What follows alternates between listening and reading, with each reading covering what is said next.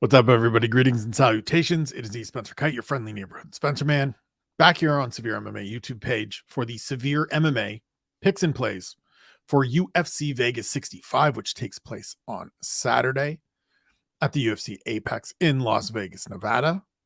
This is a solid, decent, reasonable hangover card.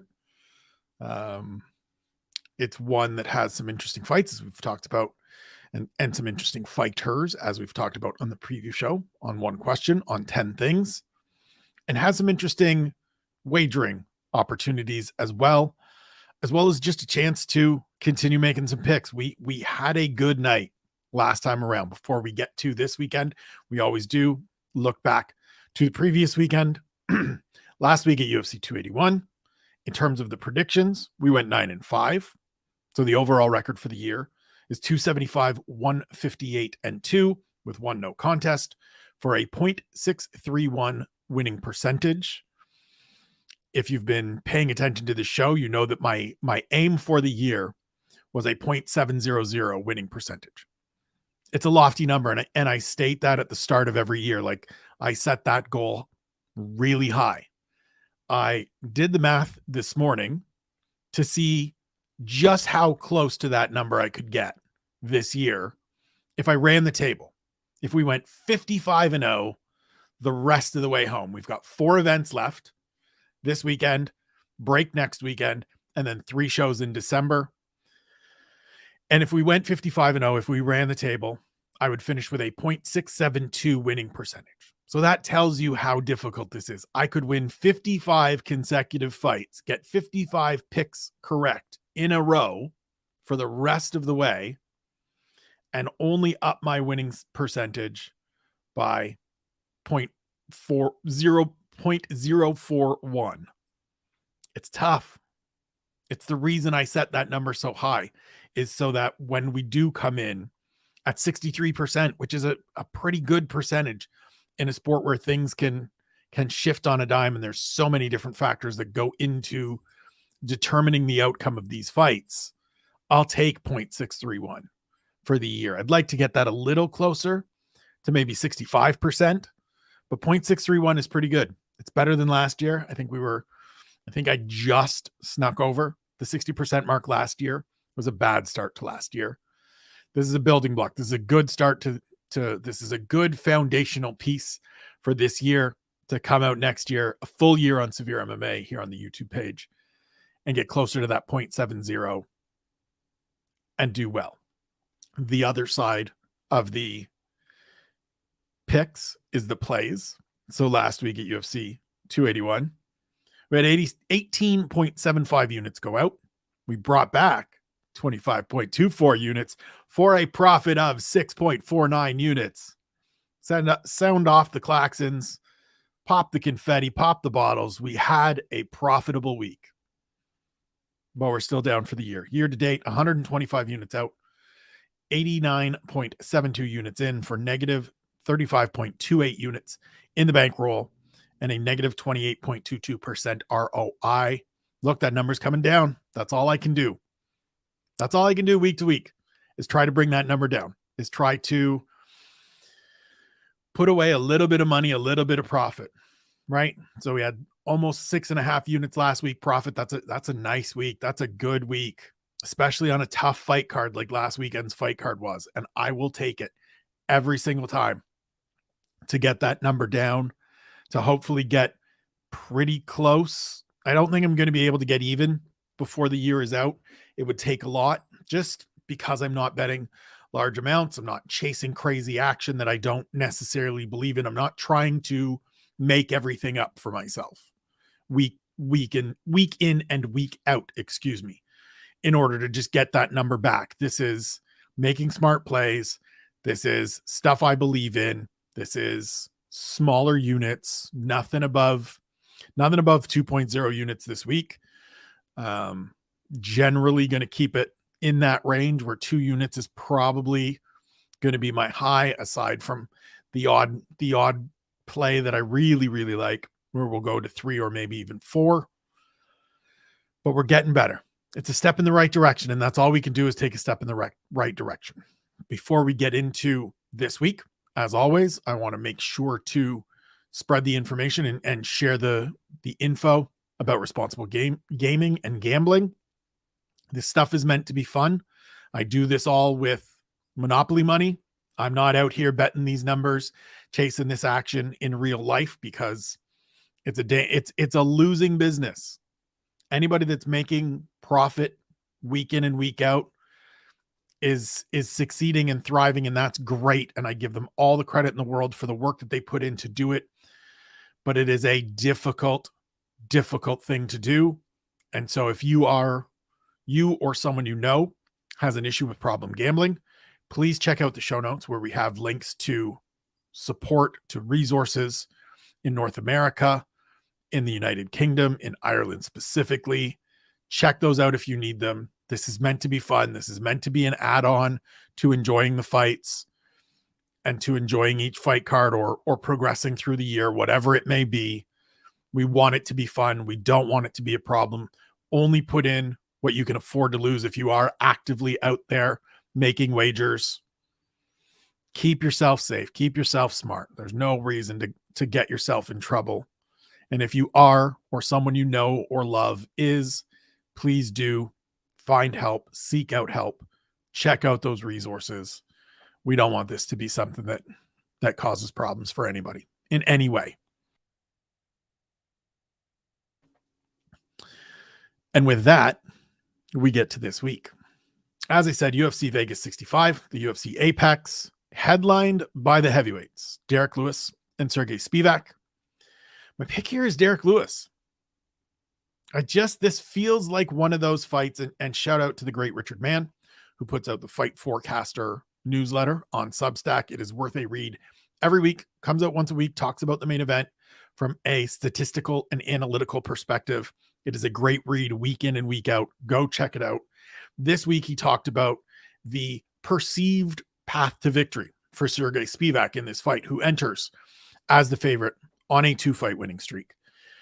Most people assume he'll be able to wrestle and put Derek Lewis on the canvas and beat him there. That's what he's done with his last 2 opponents, Greg Hardy and Augusto Sakai.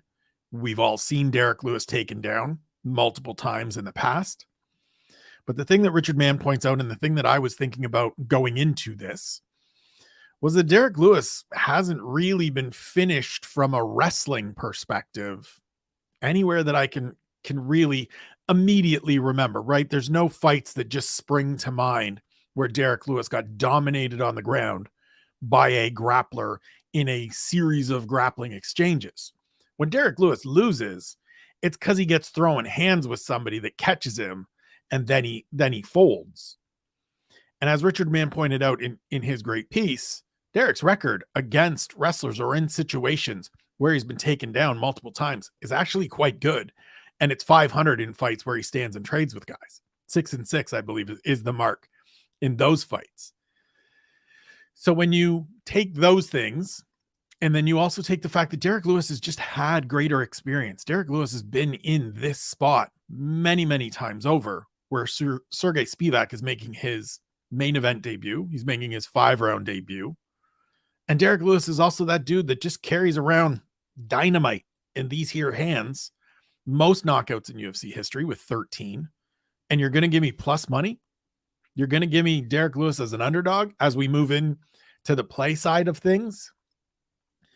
So I'm going to put 1 unit on Derek Lewis money line at plus 165. Sorry, plus 162 to return 2.62 units. I'm going to put a unit on Derek Lewis to finish at plus 189, which returns 2.87 units. And I'm going to put half a unit on Lewis to finish in the first round at plus 500 for a 3-unit return, and a quarter of a unit on Lewis to finish in the second, just in case we get there, at plus 850 for a 2.25 unit return. Look, I think this is, as we said on the preview show, absolutely makes sense. And I understand the thought process and logic of Sergey Spivak winning this fight, right? It is the accelerated, improved, continued development program that he showed against Augusto Sakai. Get inside, drag him to the canvas, rough him up on the ground, lather, rinse, repeat until he folds, until he just wilts. The trouble is that Derek Lewis hits harder than Augusto Sakai. He hits harder and has more power than anybody in the division. And if you're Sergey Spivak and you're trying to close that distance, I'm gonna wait and see. This feels like, hey, I want to see you beat this caliber of guy before I pick against this caliber of guy. And then you give me plus odds on Derek Lewis. Like if this was anybody ranked ahead of Derek Lewis, I'm taking anybody ranked ahead of Derek Lewis. The folks that are ahead of him in the rankings at this point have proven and have shown themselves to be more established, more sound overall fighters than Derek Lewis. Spivak hasn't shown that. And as even as somebody that is high on his upside, that thinks there is potential in this 27-year-old from Moldova, who has looked good over his last 6 fights, 5-1 in that stretch, only losses Tom Aspinall. Lots of good things that we've seen. But we haven't seen him beat somebody of this level, somebody of this caliber. And so, yeah, if it gets beyond 2 rounds, I think the odds shift in Spivak's favor. And if you're a live bettor, if you're somebody that's looking at live odds, it might be worth a play there as we get into, if we get into rounds 3, 4, and 5, the number is going to be not really great, but I do think your chances of it cashing increase as we keep going forward. But there's just something about this that, maybe it's me getting convinced and drinking a little bit of the Kool-Aid, talking to Derek earlier in the week and him talking about being focused and being, excited about training, working with Joe Murphy, taking over his camp and taking over his, training regimen and preparation in general. But it's more just that, like, Derek Lewis slapped Curtis Blades a couple fights back. I know it was like 4 or 5 fights ago, but he also knocked out Chris Daukaus at the end of last year. And I don't necessarily put Sergey Spivak that far ahead of Chris Daukaus. Different styles, absolutely. And even with Blades, it's a different style of grappling. That was Curtis making a terrible mistake of shooting for a naked takedown and eating a lunchbox of an uppercut. That's still a possibility here, though, for Spivak. Like, he's not a guy that's shooting doubles, but he's a guy that's just kind of crashing forward. And if you crash forward against Derek Lewis and he crashes one of these here into your mug, it's over. And you're giving me plus money and you're giving me big numbers for a finish in the first round or the second round. Give me that Derek Lewis action. Let's see what happens. Light heavyweight co-main event, Iwan Kutilaba and Kennedy Nzechukwu. My pick is Nzechukwu. I really do believe that he started turning a corner in the fight with Karl Roberson. Again, maybe this is the Kool-Aid. Maybe this is, I've covered Kennedy's entire UFC career, spoken to him throughout. Great kid. Really cool to see him mature and grow into himself on this stage at this level. And of course, very good relationship with the general down there at Fortis MMA, Saif Saud. But I also think, and I truly do believe, and I'm not just saying this to sort of like cover myself from being like, oh, look, he's biased. I really think if you look at that fight with Karl Roberson and you look at the natural skills and the natural talents, the measurables that Kennedy Nzechukwu brings to the octagon, he's the right pick here. He looked really good in that fight with Roberson, where it really did feel like he figured out this guy just can't deal with my size and my power and my overall physicality. So let me just go and impose it on him to get that finish, to hammer home those elbows in the third round and get that win. And I think it was a foundational piece for him. I think it was a thing that will translate forward into this fight. It will be a momentum building performance. I also think that there is something to his watching Ryan Spann go out and have a great performance last week in a Madison Square Garden. They are the same height. They both have power in both hands. Kennedy has a longer reach. So he's watching his big brother go out and do the things and climb the ladder in the same division he's in. And he's heard for years and years that you can do that too. And he's starting to believe it. I truly believe he's starting to believe it. That was the problem with Ryan Spann. Now that he's bought in, we're seeing the results in his last couple fights.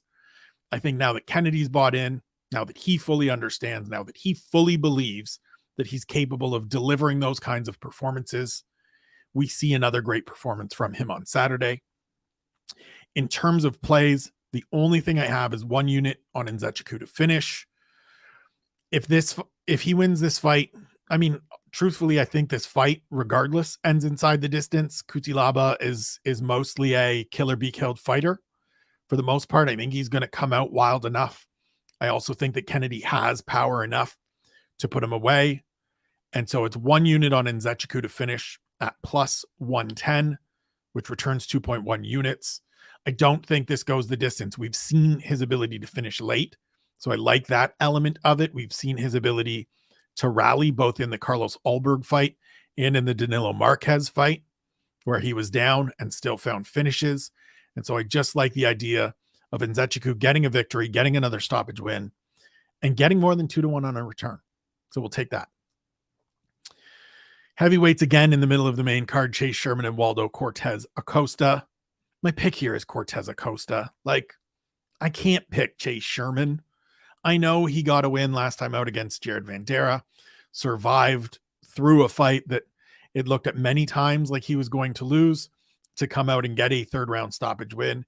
But this fight is put together for Cortez Acosta to go out and get a 2nd UFC victory in 4 weeks, continue his undefeated run, continue looking like somebody that we have to pay attention to coming off of the Contender Series, although that is still to be determined, because beating Jared Vanderaa and Chase Sherman in back-to-back fights does not a prospect, does not a burgeoning contender make you.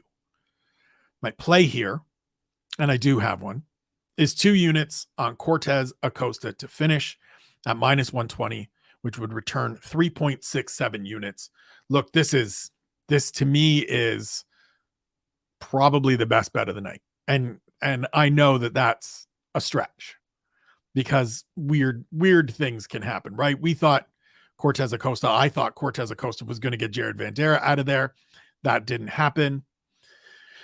But Chase Sherman is actually even more hittable than Jared Vanderaa, and puts himself and is willing to put himself in more danger and at more risk than Cortez Acosta. And so I think the undefeated Dominican prospect, the undefeated Dominican heavyweight, goes out, finds a home for the right hand, gets the finish, and we cash at minus 120 on 2 units.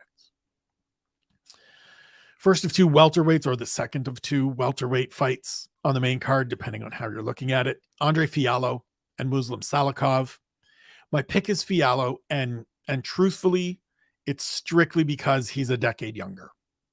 I just think Salikov has hit that point where the speed on all of his techniques, the overall durability, the overall ability to move inside the cage the way he did even just earlier in his UFC career, when he was already well into his 30s, is starting to recede a little bit more, right? Listen, I'm 44. I can't move the way I did when I was 40, yet alone 35, yet alone 25. And so we saw Salikov get caught last time out, get beaten and stopped last time out by Li Jingliang.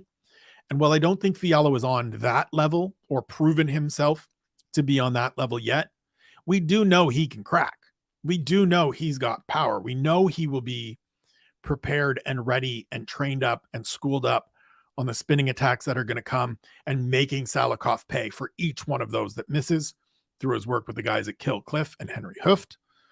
And so I just think that over the course of 3 rounds, where those spinning attacks get slower and slower each time they're thrown as each round progresses, Fialho will be able to just stay fundamentally sound, stay tactical, stay technical, and find a home for a right hand. Maybe it doesn't earn a finish. Maybe he doesn't get the stoppage. Maybe this goes the full 15. But I think he will do more over the course of this fight in terms of his overall effective offense to earn the victory, to get himself back in the win column, to pick up win number 3 on the year, and head into next year with a nice baseline set of, all right, he lives just outside the top 15 for now. Let's see what he can do going forward, and maybe rekindle some of that buzz that he had after those 2 wins following his debut loss to Michel Pereira. In terms of plays, this is a stay away for me. Looking at the odds, it is a pick'em. Looking at the methods of victory, I didn't like any of the numbers. I didn't like any of the inside or go the distance numbers. So it's just a stay away. And this is a thing that I'm trying to learn and advocate for more and more with each passing week, right? You don't have to bet every single fight. I don't need to have action on all of these fights. If there isn't something that feels like a worthy wager and a good potential return, just stay away. Just watch the fight. Make the pick. See if Fialho wins and we get another win for the overall accumulation of the year's predictions. That's all I need to do. So no bet. Pick is Fialho. We'll see what happens. Main card opener, also in the welterweight division, Jack Della Maddalena and Danny Roberts. My pick here, obviously, is Jack Della Maddalena. And I say that because if you watched One Question or 10 Things, you know I am extremely high on the Australian. He's just looked too good. That's like Danny Roberts, as I said yesterday, is that guy that is either really good or really bad. And if you put anything too short of that really good in there with Jack Della Maddalena, I think Dallas just smashes him. Like Danny Roberts to me needs to come in and have the performance of his career. He needs to be at his absolute best to come in here and compete with Jack Della Maddalena. And I don't believe that he's capable of it. I don't think he's somebody that can just dial it up like that. I thought he lost his fight to Ramazan Emeev. It was a uneventful fight overall. And then there was the fight with Francisco Trinaldo after that, where Trinaldo had him hurt multiple times. And if you tell me Trinaldo can hurt this dude multiple times when he's just winging overhands, then Della with his slick boxing and his good footwork and his good movement and his ability to attack from both sides and work the body and mix things up should be able to go out there and get another victory, move to 3-0 this year, put himself on the podium for Rookie of the Year in the UFC, if not make him the gold medalist, and just keep moving forward, get us to 2023 where we start wondering how far up the rankings this guy can climb.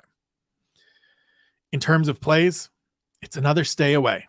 Because I like Della so much, because everybody likes Della so much, the numbers just aren't there to me. Could maybe chase, not even chase, could maybe look at an inside the distance or a finished number if it's something you like. But for me, they just weren't numbers that I was all that interested in. So stay away just in case something happens. Don't want to lose money on my guy as well. So, excuse me. We move now to the prelims, which close out with Charles Johnson and Zhalgas Zhumagulov in the flyweight division. My pick here is Johnson.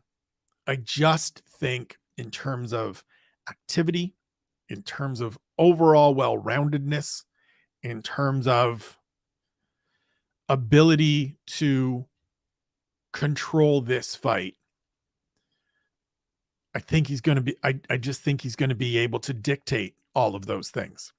Zhumagulov is someone that I feel is better than his record. Harry made the case otherwise on the preview show yesterday.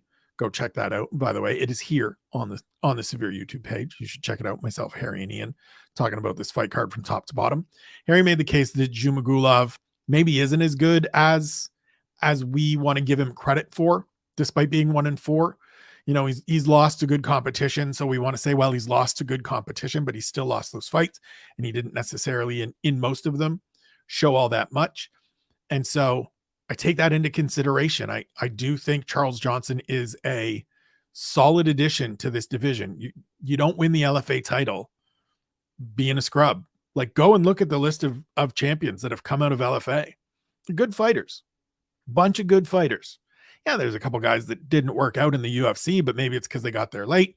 Maybe it's because the level of competition, the way everything is improved as of late over these last bunch of years. But it's good fighters, and Charles Johnson is a good fighter. He got handed a very tough assignment in his debut to go across to London and fight Muhammad Makayev. He made it the full distance. And I don't say that I'm not a moral victory guy, but he made Muhammad Mokaev work.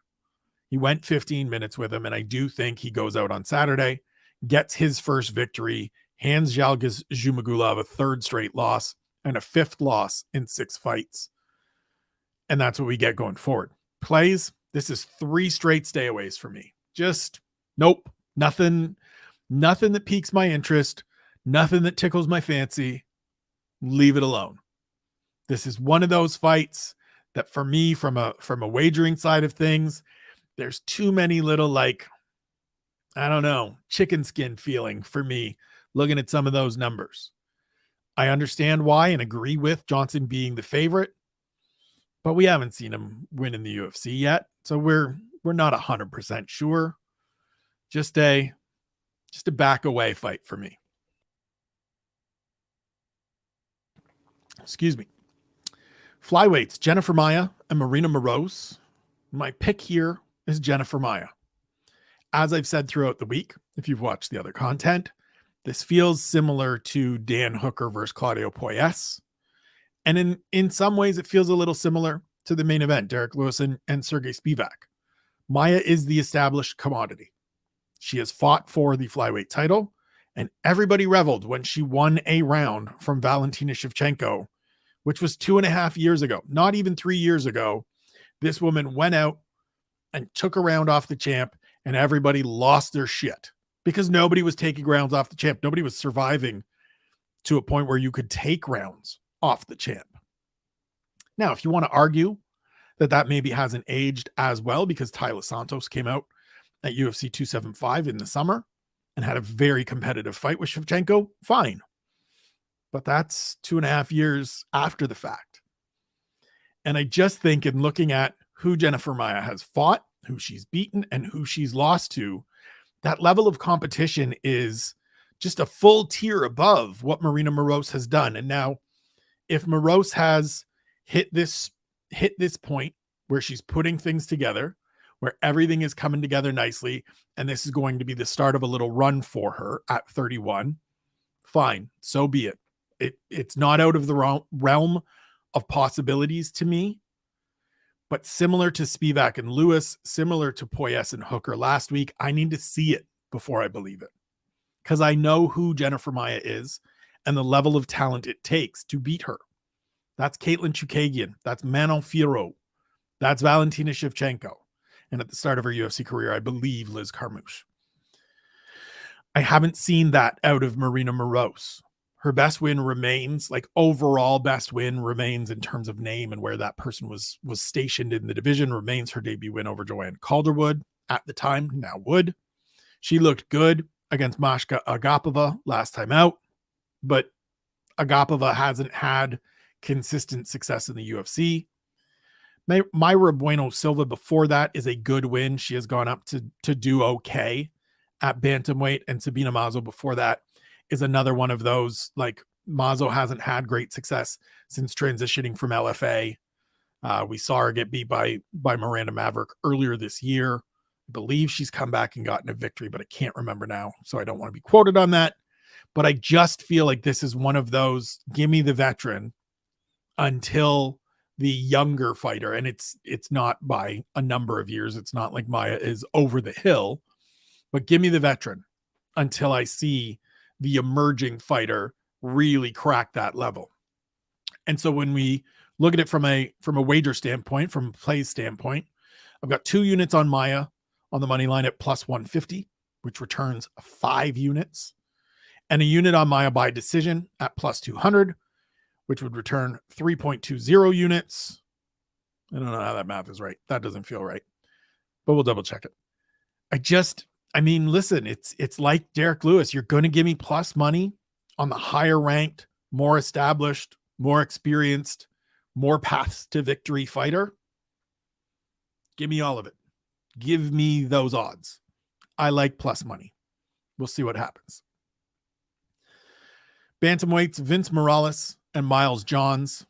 My pick is Miles Johns, and it's in part because I've always been high on him. I've always thought he had upside. He fits that former LFA champion category that I was talking about with Charles Johnson. He's had some good wins in the UFC, a couple of knockouts in between his 2 stoppage losses. And those losses are to solid competition. I think very highly of Mario Batista, as you know, from a couple weeks back when he went out and had a great performance, cashed for us at 3 units on a good number against Benito Lopez. And then the other one last time out against John Castaneda. Castaneda's a tough fighter. He had a tough result last time as well. But it's just one of those things. I like the fact that he switched it up and gone to Glory. Felt he needed a change, made a change. He is a Midwest guy. He is from Kansas, so this is him going back home to Kansas, having previously been down at Fortis MMA. And I just think we've seen enough of Vince Morales at this point, for me, that I just don't see him beating Miles Johns. Listen, it can certainly happen.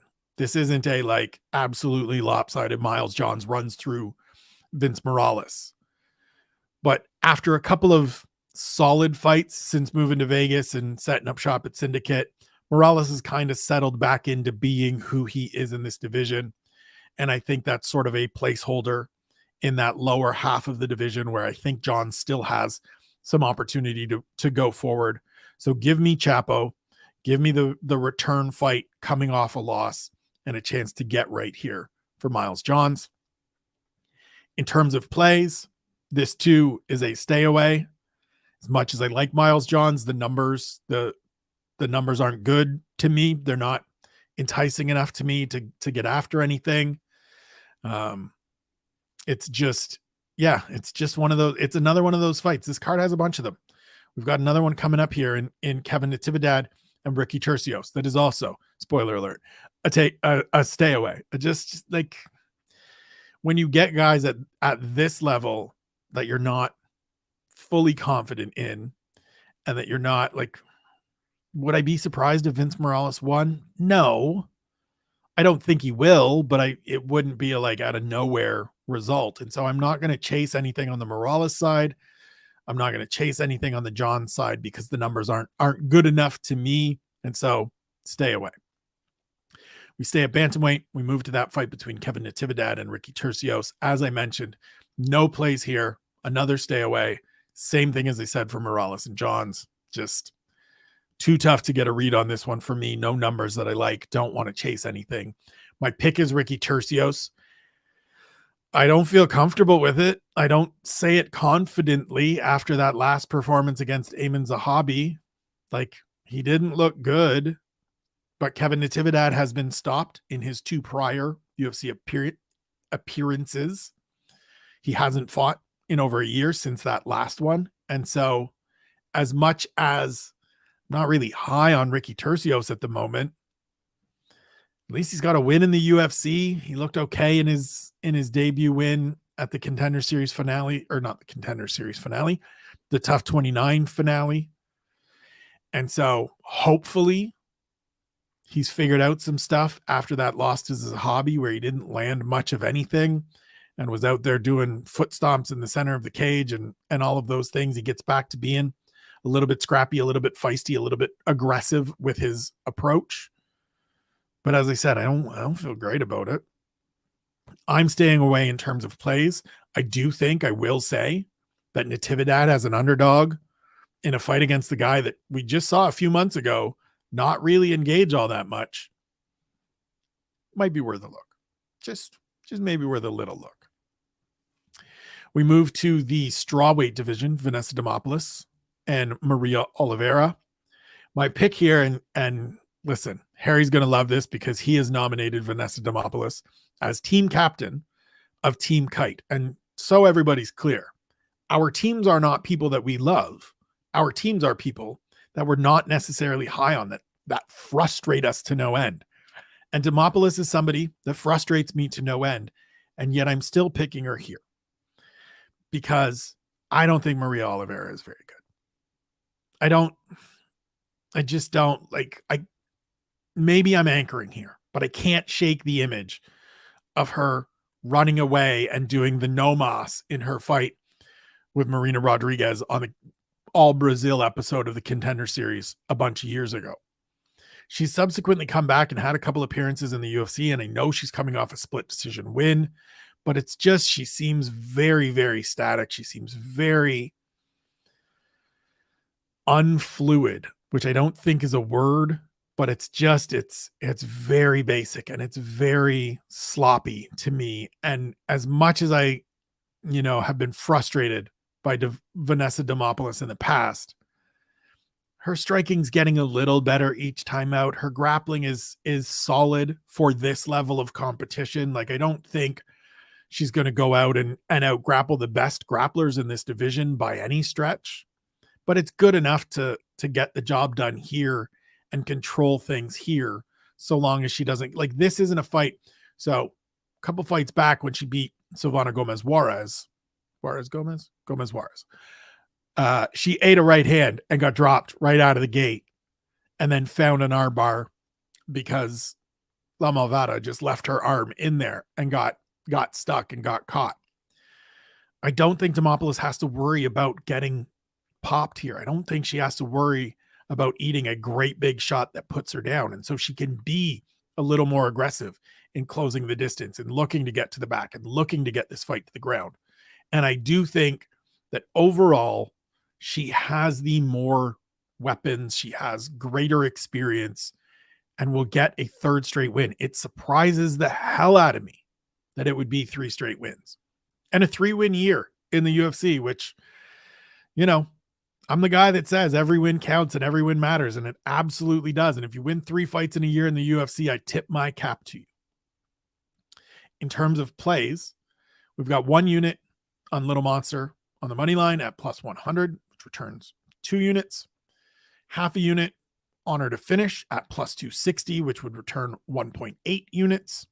And half a unit on her to win by decision at plus 300, which would return 2 units. I just think that in terms of the full scope of competition they've faced, in terms of the results they've garnered on this stage, and even before that, Demopoulos has shown to be the better fighter. Oliveira can close that gap and maybe surpass her this weekend. Wouldn't surprise me at all. But if you're going to give me plus money on the fighter that has 2 wins in the UFC versus the fighter that has 1 win in the UFC, and I can see some different paths to victory for Demopoulos than I can Oliveira, I'm going to take those odds. We move to the bantamweight division. Brady Hiestand versus Fernie Garcia. My pick here, as much as I like Brady Hiestand, is Fernie Garcia. And here's the thing. Garcia can crack. And so last time out, he fought Journey Newson, who also likes to stand and throw and is faster and a more diverse striker than Fernie Garcia, and he paid for it. He got beat up and lost the decision in his UFC debut. Hiestand, as impressed as I was with his run on season 29 of The Ultimate Fighter, he got beat up a little bit in 2 of his 3 fights. He was in competitive, tough, grimy fights against Josh Reddinghouse and Ricky Tercios in the finale. His win in between there over Vince Murdoch, it is registered as a TKO. It absolutely was a stoppage on the ground, but Vince Murdoch blew out his knee in that fight as well. And I'm not trying to take anything away from Hiestand, who did what he needed to do to get his hand raised. But like, when a guy blows out his knee, that TKO is a little bit different than when you just go out and TKO him. And so I'm just curious to see, and I'm just leaning towards Garcia here as somebody that's had a little bit more experience, that has the ability to go out there and throw hands and ideally, in theory, defend some of the takedowns and some of the grappling exchanges and entries that are going to come his way from Hiestand, can rely on that age advantage, that strength advantage, that just experience edge overall of being another guy that has come through Fortis MMA, that has come through the LFA ranks to get to this point. And so we'll see. In terms of plays, it's a 1/4 of a unit on Fernie Garcia to finish at plus 400, which would return 1.25 units. Just feels like if he's going to get the victory, he's going to land something that gets him the victory, that changes the dynamic of this fight. Hiestand is 5-2 coming into this. He got stopped in his only other loss outside of the UFC by Chad Anheliger out here in Chilliwack, British Columbia for the Rise title. And so I just wonder if at a big number, Garcia is able to find a shot similar to what he did to win his contract, to earn his contract on the Contender Series. Find a good shot that puts Hiestand down, that gets him a finish, that gets us a full unit profit on a quarter unit wager. Opening bout of the night, Natalia Silva and Teresa Bleda. You know I like this fight if you've paid attention this week. Bleda is my fighter to watch. I am picking her to win here. It is maybe a fool's errand. It is maybe me backing my horse too much. But I just think some of the things that she brings to the table can be problematic for Silva and others going forward. A big part of why I pick her here, and I know, as I said throughout the week, that the fight with Lucia Pudilova was under a mixed rule set, right? It was a no submissions, but grappling allowed, but like just a weird skill, a weird fight, weird rule set fight in a tournament, in a sort of like, it felt like a three fights in 3 months kind of tournament competition under the Octagon MMA banner over in Europe. But she beat her. She handled her. She got that victory. She got that job done. And we've seen Pudilova come out and get a win in the UFC since, right? Come out and get a stoppage win over Wu Yanan last time out. And so I just want to see, I just wonder, I'm so curious about what this 20-year-old brings to the table, because she's got great size for this division. She's got great physicality for this division. And I know that Natalia Silva looked terrific against Jasmine Jasdavicius last time out.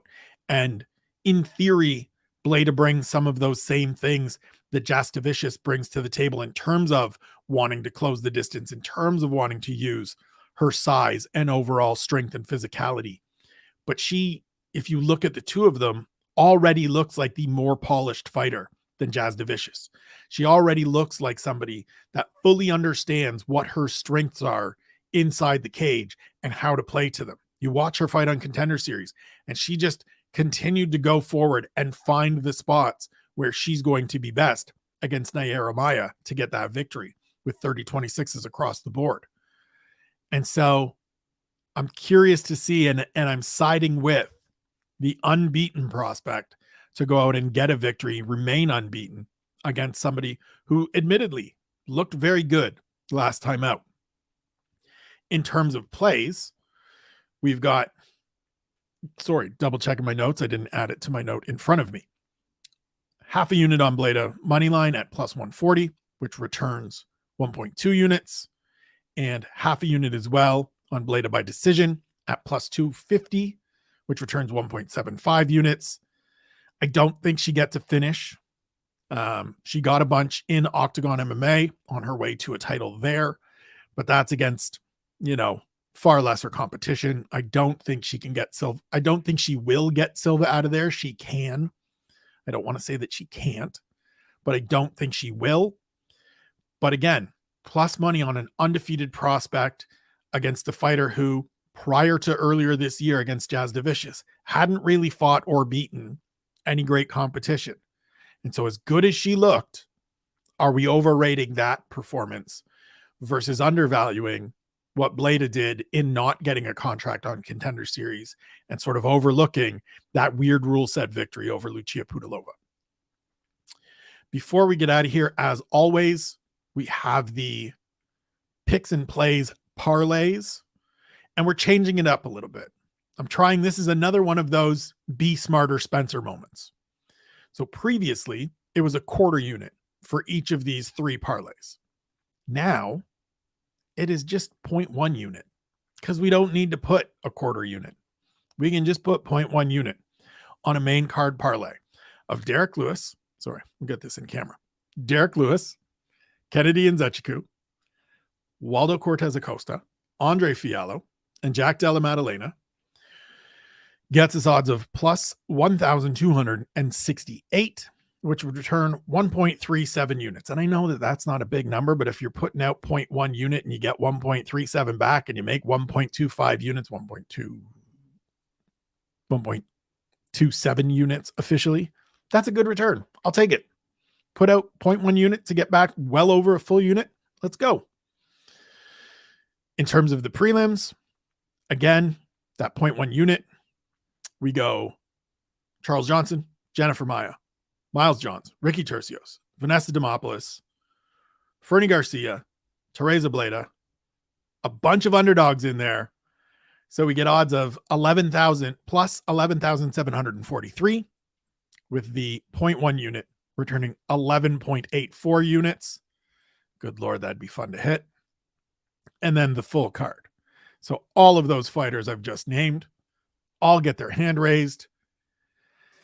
We have a massive, massive day. And that 0.1 unit produces odds of 161,938 for a return of 161.72 units. If I hit this, if I hit any of these parlays along the way from here to the end, I will come on here screaming the following week. I make these plays just on the off chance, right? It's been a long time since I hit an unbeaten night, but if one lands and I'm not making profit off it, I'd kick myself in the ass. So we got those plays.